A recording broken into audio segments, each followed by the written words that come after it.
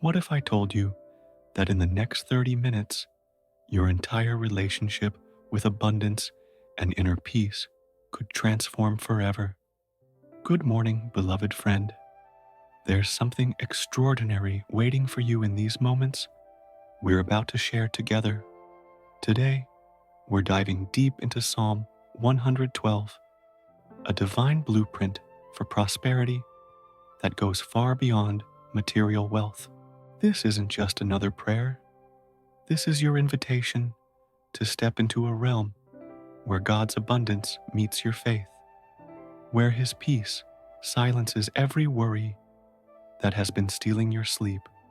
Right now, as you listen to these words, heaven is preparing to release something powerful into your life. Can you feel it? That gentle stirring in your spirit? That's not coincidence. That's divine appointment. Scripture tells us in Psalm 112, verse 1, "Blessed is the one who fears the Lord, who finds great delight in His commands." This isn't about being afraid of God, but about having such deep reverence for Him that His ways become your ways. His heart becomes your heart. When this happens, prosperity isn't something you chase. It becomes something that chases you. I want you to do something right now. Take a deep breath and release every burden you've been carrying. Let go of the financial stress, the relationship struggles, the health concerns. For the next few minutes, you're not defined by your problems. You're defined by God's promises over your life.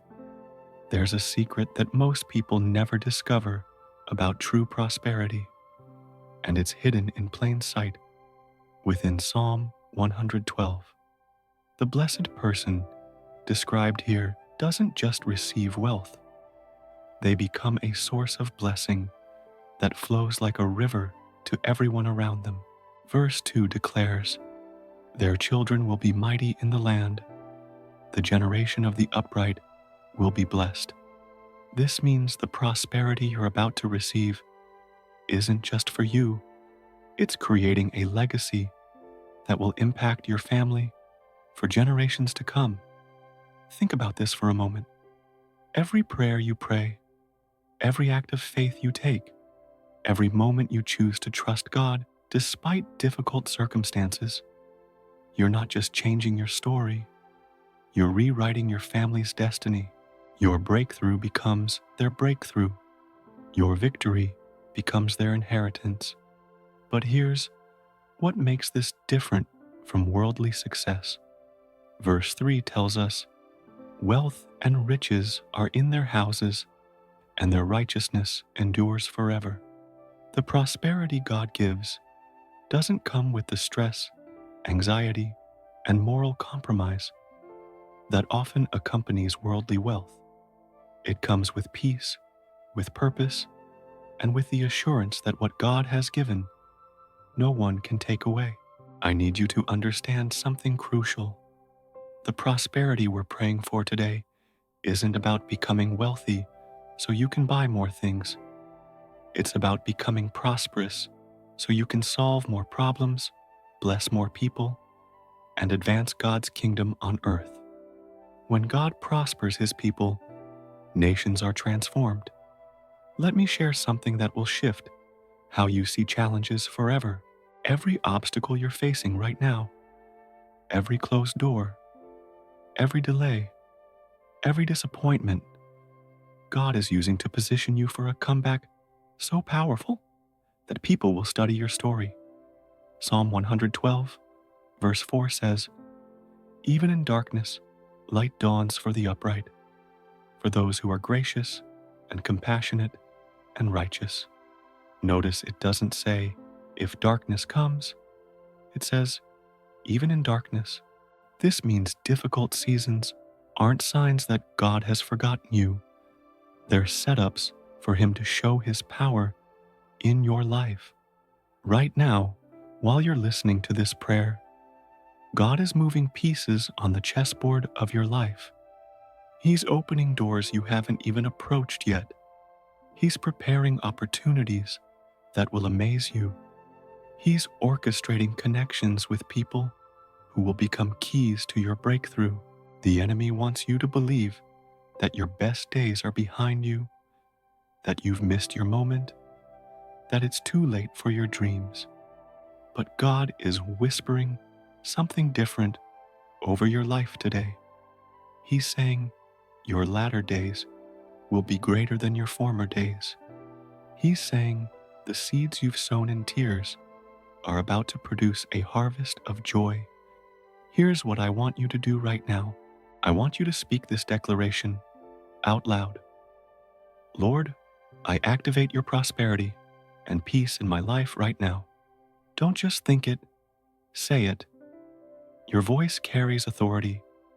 Your words have creative power. When you align your speech with God's promises, heaven responds.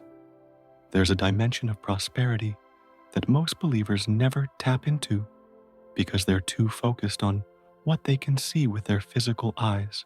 But true prosperity begins in the realm of the Spirit and manifests in the natural world. This is why Psalm 112 focuses first on the heart condition of the blessed person. When your heart is right with God, everything else aligns. I want to take you on a journey into a deeper understanding of what it means to fear the Lord. In Hebrew, the word fear here is yirah, which means to reverence, to honor, to hold in highest regard. When you fear the Lord, you don't make decisions based on popular opinion. You make them based on His wisdom. You don't pursue success by compromising your integrity. You pursue it by honoring His principles. This kind of reverence creates a supernatural protection around your life. Verse 7 tells us, they will have no fear of bad news. Their hearts are steadfast, trusting in the Lord. Imagine living with such confidence in God's goodness that bad news doesn't shake you. Imagine having such peace that while others are panicking about the economy, about world events, about uncertain futures, you're resting in the assurance that your God is bigger than any crisis. This isn't positive thinking. This is prophetic living. This is walking by faith in such a way that your very presence brings peace to chaotic situations. People will want to be around you because they can feel the stability that comes from your relationship with God. Let me tell you about a supernatural principle that can revolutionize your finances, your relationships, and your entire approach to life. Psalm 112, verse 5 reveals, good will come to those who are generous and lend freely, who conduct their affairs with justice. Notice the connection between generosity and prosperity. In God's economy, the way up is to lift others up. The way to receive more is to give more. The way to be blessed is to be a blessing. But here's the part that most people miss. When the Bible talks about being generous, it's not just talking about money. Yes, financial generosity is important, but biblical generosity is a lifestyle. It's being generous with your time, your talents, your attention, your encouragement, your forgiveness. It's looking for opportunities to add value to other people's lives. When you live this way, you tap into a flow of divine favor that money cannot buy. Doors open that shouldn't open. Opportunities come that you didn't seek. People help you in ways that seem too good to be true. This is the supernatural reciprocity that kicks in when you align your heart with God's heart for others. I want you to think about someone in your life who needs encouragement right now. After this prayer, I want you to reach out to them. Send a message, make a phone call, do something that shows them they're valued. Watch how God responds to your generosity by being generous to you in ways you never expected. Here's a truth that will transform how you handle every challenge for the rest of your life. The blessed person in Psalm 112 doesn't live in a problem-free zone. They live in a problem-solving zone. Verse 8 declares, "Their hearts are secure. They will have no fear.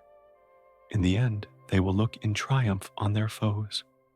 This doesn't mean you won't have enemies or obstacles.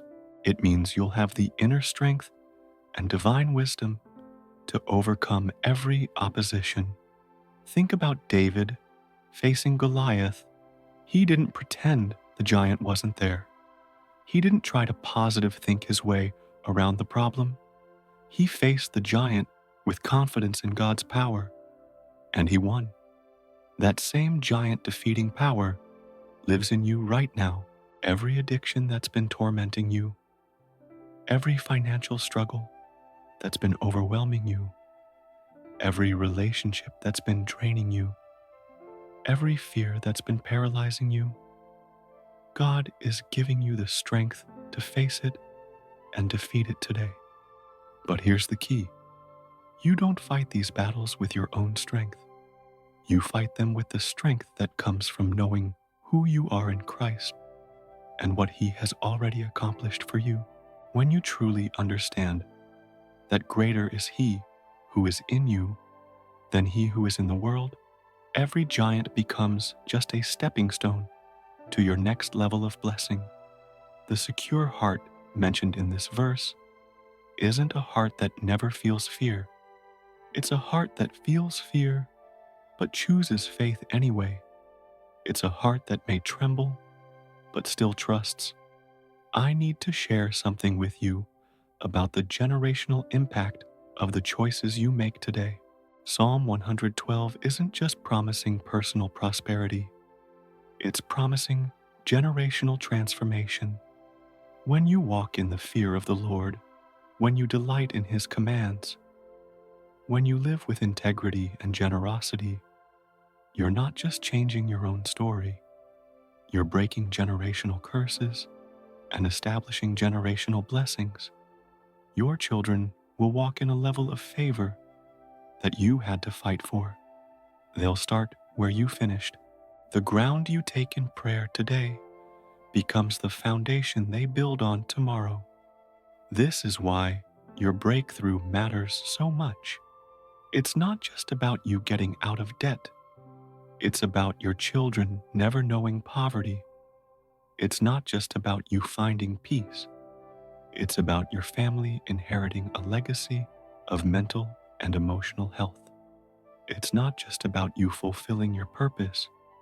It's about your descendants walking in purpose from birth. But generational blessing doesn't happen automatically. It happens through intentional choices to honor God even when it's difficult, to trust Him even when you can't see the way, to obey Him even when it doesn't make sense to your natural mind. Every time you choose God's way over your way, you're making a deposit in your family's spiritual inheritance account. Every prayer you pray in faith, every act of obedience, every moment of worship in the storm, you're building something that will outlast your lifetime. There's a realm of supernatural provision that opens up when you truly understand your identity as a child of God. You're not a beggar hoping for scraps from God's table. You're a child with inheritance rights. You're not an outsider hoping to be noticed. Your family, Psalm 112, verse 9 tells us, "They have freely scattered their gifts to the poor. Their righteousness endures forever. Their horn will be lifted up in honor." The word horn here symbolizes strength and authority. When you live in alignment with God's principles, He lifts you up in honor before others. People begin to recognize something different about you. Favor follows you into rooms before you even arrive. Opportunities present themselves because your reputation for integrity precedes you. This kind of honor isn't something you can earn through networking or manipulation. It's something God gives to those who honor Him. It's supernatural favor that positions you in places of influence where you can make a real difference in the world. But notice that this honor comes after scattering gifts to the poor. The pathway to supernatural elevation runs through supernatural generosity. When you become known as someone who helps others rise, God makes sure you rise too. This is the paradox of kingdom living. The way to go higher is to lift others higher. The way to receive more honor is to honor others first. The way to experience more of God's provision is to be a conduit of His provision to others. I want to paint a picture of what your life looks like when Psalm 112 becomes your reality. You wake up each morning with anticipation instead of anxiety. You go to sleep each night with gratitude instead of worry. Your relationships are marked by peace instead of conflict. Your finances flow with abundance instead of scarcity. Your health is strong instead of broken. Your purpose is clear instead of confused. This isn't wishful thinking. This is biblical expectation. This is what God has prepared for those who love Him and walk in His ways.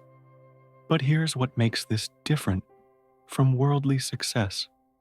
Worldly success often comes with a price. It demands compromise.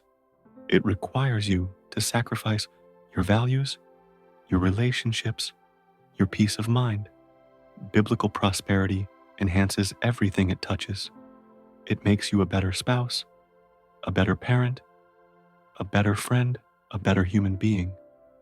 When God prospers you, He prospers you in a way that brings glory to His name and blessing to everyone around you. The wicked person in verse 10 will see and be vexed. They will gnash their teeth and waste away. This doesn't mean you should gloat over your blessings. It means that your God-given success will be so obvious, so undeniable, that even those who oppose you will have to acknowledge that the hand of the Lord is upon your life. Your blessing becomes a testimony to God's goodness. Your breakthrough becomes proof of His faithfulness. As we conclude this powerful prayer, I want you to understand that what has happened in the last 30 minutes isn't just a religious exercise. It's a divine transaction. You came into this prayer carrying burdens that were never meant to be yours. You're leaving this prayer with promises that are eternally yours. The prosperity and peace of Psalm 112 aren't distant dreams. They're present realities that you've just activated through faith. Right now, in the realm of the Spirit, things are shifting in your favor. Doors that have been closed are creaking open. Opportunities that seemed impossible are becoming inevitable. Relationships that have been strained are being healed. Finances that have been tight are being released. This isn't magic. This is the natural result of aligning your heart with God's heart, your will with His will, your faith with His faithfulness. The key to maintaining what you've received today is to remember that prosperity and peace aren't destinations you reach once and then stop. They're daily choices to trust God's goodness even when circumstances suggest otherwise. They're daily decisions to live generously even when your natural instinct is to hoard. They're daily commitments to honor God with your words, your actions, and your attitudes. I want to leave you with this final thought. The same God who spoke prosperity over Abraham, who gave wisdom to Solomon, who blessed Job with double restoration, who provided for the widow of Zarephath, is the God who is speaking prosperity over your life right now. Your story is just beginning. Your best days aren't behind you, they're ahead of you. Subscribe to this channel if this prayer has touched your heart, and remember that your legacy will be one of light because you trust in the Lord. Don't forget to subscribe to our channel and hit the notification bell so you never miss a prayer that could change your life. Share this video with someone who needs to experience God's prosperity and peace today. Your subscription and engagement help us reach more people with this life-transforming message of hope and faith. God bless you abundantly.